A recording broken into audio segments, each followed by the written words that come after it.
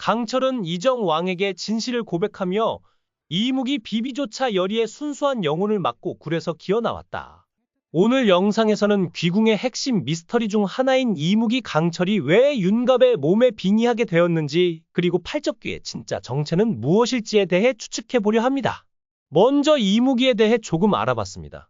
이무기는 뱀과 용의 중간 형태로 1000년 동안 물속에서 수행을 거쳐 여의주를 얻으면 용으로 승천할 수 있는 존재라고 하죠. 즉, 용이 되기 직전에 신비로운 동물입니다. 예고편을 보면 팔적귀와의 대결이 앞으로 피할 수 없는 운명처럼 다가옵니다. 이무기 강철이 극도로 두려워하는 팔적귀는 매우 강력한 귀신으로 됩니다. 사실 팔적귀는 처녀 귀신이나 도깨비처럼 익숙한 귀신은 아니죠. 이름은 키가 8척, 즉 약 240cm에 달한다는 데서 유래했습니다.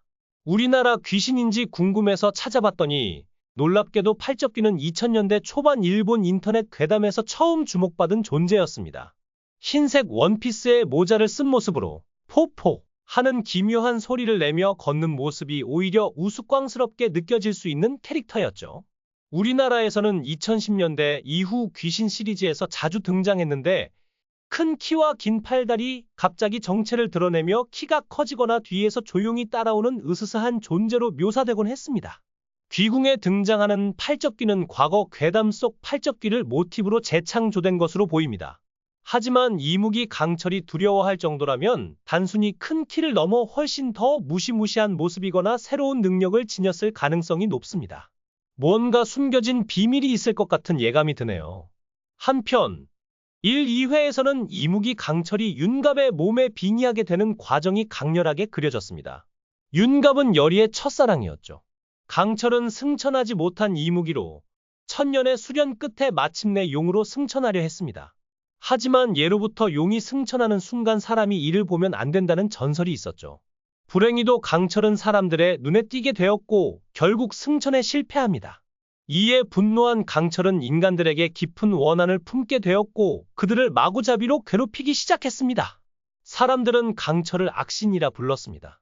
강철이 다시 용으로 승천하려면 무녀의 피를 이어받은 열의의 몸신이 되어야만 했죠. 열의가 정성스럽게 기도를 올리면 강철이 승천할 수 있다는 설정입니다. 그래서 강철은 10년 넘게 열의 곁을 맴돌며 그녀를 설득하려 애써왔습니다. 하지만 열의는 강철을 증오합니다. 왜냐하면 강철 때문에 자신의 할머니가 돌아가셨다고 믿고 있기 때문입니다. 열의는 이무기의 부탁을 들어주지 않아 하늘이 벌을 내렸다고 생각하며 깊은 원망을 품고 있죠. 한편 열의에게는 어릴 적부터 마음에 품어온 남자가 있었습니다. 바로 윤갑입니다. 그런데 놀랍게도 이무기 강철이 빙의한 대상이 바로 이 윤갑입니다. 인물 소개에 따르면 윤갑은 서출 출신으로 왕의 밀사로 활동하다 고향으로 돌아와 열의를 한양으로 데려가려 했지만 그 과정에서 죽임을 당합니다. 강철은 이 비극을 목격했고 열의를 지키기 위해 결국 윤갑의 몸에 빙의하게 됩니다. 열의를 위해 윤갑의 몸을 빌린 강철은 그를 해친 자들을 처단하고 열의가 지니고 있던 경회석까지 제거합니다. 여기서 경회석이란 귀신을 쫓는 돌로 이무기가 열의의 몸에 함부로 침투하지 못했던 이유로 여겨졌습니다. 처음에는 열의가 경회석을 지니고 있어서 강철이 그녀의 몸에 들어갈 수 없는 줄 알았죠. 하지만 경회석이 사라진 후에도 강철은 여전히 열의의 몸에 빙의하지 못했습니다. 더 놀라운 건 강철이 윤갑의 몸에서 빠져나오지도 못하게 되었다는 점입니다. 이에 대해 두 가지로 추측해봤습니다. 첫 번째는 강철이 이미 죽은 윤갑의 몸에 빙의했기 때문입니다. 일반적으로 빙의는 살아있는 사람의 몸을 잠시 빌리는 개념입니다. 하지만 윤갑은 이미 죽은 상태였기 때문에 강철은 그의 몸에서 빠져나올 수 없게 된 것이죠. 빙의의 원리를 찾아보니 원래 몸의 주인이 살아있어야 빌린 몸에서 자유롭게 빠져나올 수 있다고 하더군요. 강철은 사람의 몸에 처음 들어가 봤다 고 말했는데, 아마도 죽은 사람의 몸에 빙의하면 일반적인 방법으로는 빠져나올 수 없다는 사실을 몰랐던 것 같습니다. 두 번째 이유는 강철이 다시 용으로 승천하려면 단순한 빙의가 아닌 열의의 몸신이 되어야 한다는 점입니다. 빙의는 이무기의 능력으로 주인의 의사와 상관없이 몸을 빌리는 행위지만 몸신은 대상의 의지가 가장 중요합니다. 즉, 열의의 마음을 얻지 못한다면 강철이 용으로 승천하는 것은 불가능하다는 설정입니다. 강철이 윤갑의 몸에 갇힌 채 여리의 마음을 얻으려 애쓰는 모습은 이 드라마의 핵심 갈등 중 하나로 보입니다. 이쯤 되니 강철과 여리의 관계가 단순한 로맨스를 넘어 운명적인 비극처럼 느껴지네요. 과연 강철은 여리의 마음을 얻어 승천할 수 있을까요? 아니면 윤갑의 몸에 갇힌 채 또 다른 비극을 맞이하게 될까요? 두 번째 이유는 죽은 윤갑의 강한 의지가 반영되었기 때문이라고 생각합니다. 드라마 도깨비에서도 그렇듯 민간 신앙에서는 죽은 자들이 삼도천에 잠시 머문다는 속설이 널리 퍼져 있죠. 특히 억울하게 죽거나 강한 원한을 품은 영혼은 삼도천을 떠돌며 살아있는 사람들 곁을 끊임없이 맴돕니다. 윤갑의 홀령 역시 여리를 두고 떠나기엔 너무나 억울했을 겁니다. 그래서 자신의 몸에 강철이 여리의 몸을 차지하려는 시도를 막고 있는 것이죠. 동시에 여리를 지켜주려는 강한 의지의 바람이기도 합니다. 결국 서로를 증오했던 여리와 강철은 앞으로의 난관을 헤쳐나가기 위해 힘을 합쳐야 합니다. 하지만 두 가지 큰 걸림돌이 그들을 기다리고 있죠. 첫 번째는 바로 팔적귀입니다. 궁궐에서는 이미 팔적귀의 기운이 감돌고 있습니다. 13년 만에 궁에 나타난 팔적귀는 원자의 몸에 들어갔고 이를 해결하기 위해 왕은 윤갑에게 밀명을 내립니다. 윤갑은 고향으로 돌아와 여리를 궁으로 데려가려 했지만 그 과정에서 비극을 맞이했죠. 흥미로운 점은 이 팔적귀가 여리의 할머니와도 연관이 있어 보인다는 겁니다.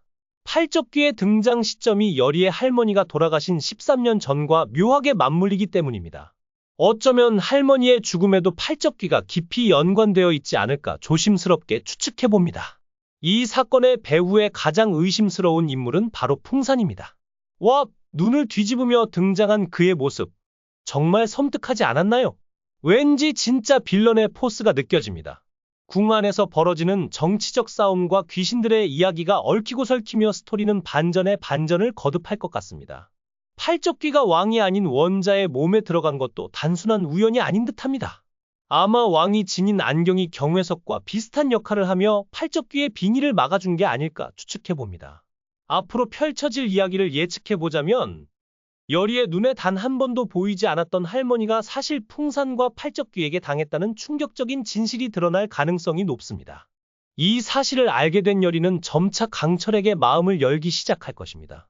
함께 팔적귀와 싸우는 과정에서 오해가 풀리고 강철 또한 인간의 몸에 들어와 살며 인간의 감정을 이해하게 되지 않을까요? 두 사람은 점차 서로에 대한 연민과 애정을 느끼며 수많은 귀신들과의 에피소드를 통해 퇴마를 하며 이야기를 이끌어갈 것 같습니다. 귀궁은 이제 막 1에서 2회가 방송됐을 뿐인데도 불구하고 반응이 정말 뜨겁죠. 첫 회는 전국과 수도권 모두 9.2%의 시청률을 기록하며 최고 시청률 10.7%로 2025년 SBS 드라마 중 가장 높은 첫 회 성적을 냈어요.